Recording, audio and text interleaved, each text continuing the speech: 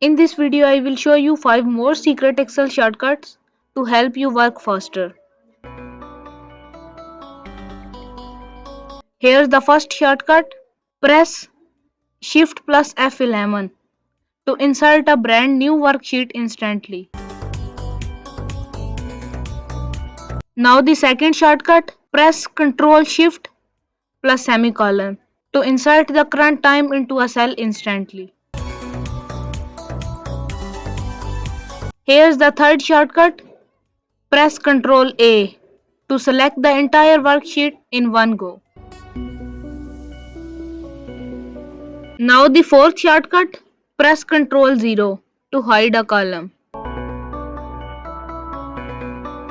And finally the fifth shortcut. Press Ctrl plus 9 to hide a row and Ctrl Shift plus 9 to unhide it. These 5 extra Excel shortcuts will make your work even faster and easier.